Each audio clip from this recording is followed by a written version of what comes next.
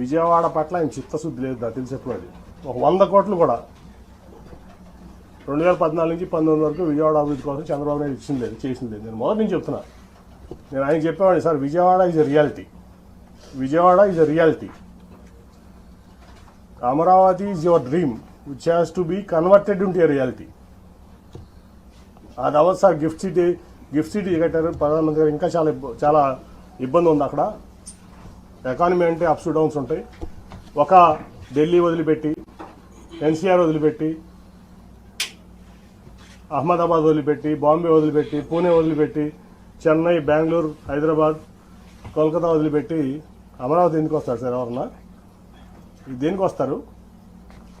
ఇవన్నీ అవ్వవు సార్. ముందు విజయవాడ, గుంటూరు ఇవన్నింటినీ చేసుకుందాం మనం అని చెప్పి ఎన్నో సందర్భాలు కన్ఫరెంట్ అయ్యాను. కానీ ఫస్ట్ టైం నేను ఎంపీని, నీకేం తెలీదు అని చెప్పి నన్ను తోసేవాళ్ళు. ఓకే, నా పని నేను ఏదో సెంట్రల్ గవర్నమెంట్ తెచ్చుకున్నా, నా విజయవాడ కోసం చేసుకున్నా, ఓకే, నేను హ్యాపీ, నా విజయవాడ ప్రజలు హ్యాపీ. నన్ను వాళ్ళు ఓన్ చేసుకున్నారు, వాళ్ళు నేను ఓన్ చేసుకున్నా. రెండోసారి యాంటీవేలో కూడా నన్ను గెలిపించారు. దానికోసం నేను కష్టపడుతున్నాను, ఇంకా కష్టపడతా. సో నేను అనేది ఏంటంటే, నేను ఎప్పుడు ఆయన్ని టికెట్ అడగలా, ఈయన్ని టికెట్ అడగలా. సో నేనైతే జగన్ గారితో సేల్ చేద్దామని చెప్పి నిర్ణయించుకున్నా. సేల్ చేస్తాను, ఆయన ఏ బాధ్యతలు చెప్తే అది చేస్తాను.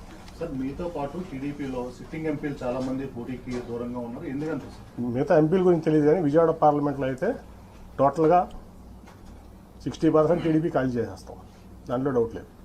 సార్ ఇందాక మాట్లాడుతూ బోండా ఉమా గారి వైఫ్ కి మేయర్ అభ్యర్థిగా ఇస్తే ప్రమాదం అని చెప్పాను. ఏంటి సార్ ఈ క్వశ్చన్? అది నాది చంద్రబాబు గారు అడగదు, ఆయన చెప్పిన మాట మీకు చెప్పా. ఇవాళ వరకు నేను ఎక్కడ కూడా ఎంత అవమానాలు తిన్నా నేను రివీల్ చేయాలి, మీకు కూడా తెలుసా సంగతి. ఆయన అన్నమాట అది, బోండా ఉమా గారి వైఫ్ని పెడుతున్నారంట, నిజమేనా అని అడిగారు నన్ను. ఇదే క్వశ్చన్, నాకు తెలియదు సార్, నేను అసలు దాంట్లో ఇన్వాల్వ్ అవ్వలేదు అన్న.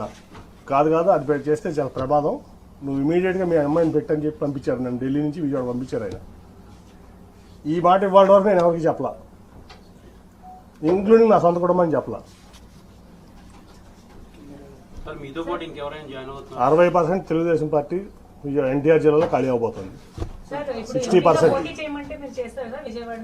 ఏదైనా నేను జగన్ గారితో కలిసి ప్రయాణం చేయడానికి నిర్ణయించుకున్నా. ఆఫ్టర్ మై రిజిగ్నేషన్ నేను మానసిక వ్యభిచారం చేయను కొంతమంది లేక, మీకు అర్థమవుతుంది ఎవరో. కాబట్టి నేను రాజీనామా చేసి వచ్చి ఆయనతో సేల్ చేయడానికి, ఆయనతో పాటు సేల్ చేయడానికి పేద ప్రజలకి ఆయన అండగా ఉండే తీరుకు నాకు నచ్చింది. కాబట్టి ఆయనతో పాటు నేను నడుస్తానికి నేను సిద్ధపడ్డాను. ఆయన ఏదో ఆలోచిస్తే ఎంపీగా పోటీ చేయమంటాడా, ఖాళీగా ఉండమంటాడా, పార్టీ చూసుకోమంటాడా, విజయవాడ ఎన్టీఆర్ జిల్లాలో ఆయన ఇష్టం. ఏమండి, మహామహులు వెళ్ళిపోయిన రోజే టీడీపీ ఖాళీ అవ్వలేదు. టీడీపీ తెలుగుదేశం పసుపు కుటుంబం చాలా ఎన్ని కష్టాలు ఎదురైనా, ఎన్ని ఎదుర్కొన్నా మీరు చూశారు. 2019 నుంచి ఎన్నో కేసులు జరిగినాయి, ఎన్నో దాడులు జరిగినాయి, ఎంతో మందిని హత్యలు చేశారు. అయినా కూడా కార్యకర్తలు పార్టీని ముందుండి నడిచి పార్టీని నిలబెట్టారు. ఇటువంటి వాళ్ళు వచ్చినా పోయినా ఎవరైనా, అంటే నేనంటే ఆయన అని కాదు, ఎటువంటి వ్యాఖ్యానాలు చేసే వ్యక్తులు ఎవరికైనా తగిన శాస్తి జరుగుద్ది, అడ్రస్ లేకుండా వెళ్ళిపోతారు. నిజంగా మా కుటుంబంలో సమస్యలు ఎప్పటి నుంచో ఉన్నాయి. ఏమిటంటే మీరు చూశారు, అసలు చిప్స్ పెట్టింది ఎవరో అనేది మీ అందరికీ తెలుసు. నా భార్య మీద ఒక స్టిక్కర్ గురించి ఒక దొంగ కేసు పెట్టింది మీరు. అంతేకాకుండా నా కుమారుడిని కూడా గ్రీన్ కార్డు రానివ్వనని చెడగొడతానని పలు బంధుమిత్రుల దగ్గర వ్యాఖ్యానించింది మీరు.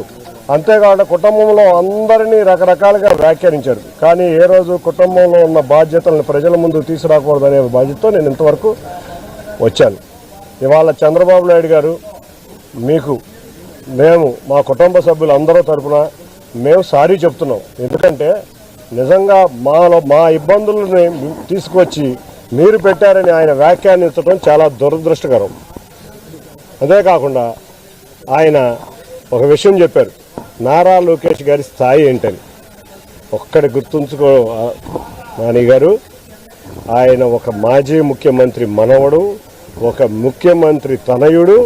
అంతేకాకుండా ఆయన యువగళం పాదయాత్ర మొదలైతే లక్షలాది మంది తెలుగుదేశం అభిమానులు, కార్యకర్తలు, ప్రజలు ఆయన వెన్నంటి నడిచి ఆయన యొక్క నాయకత్వ పటిమేంటో తెలిపారు. మన కుటుంబం స్థాయి ఆ కుటుంబాలని విమర్శించే స్థాయి కాదు, మనం ఆయన్ని విమర్శించే స్థాయిలో మనం లేవు.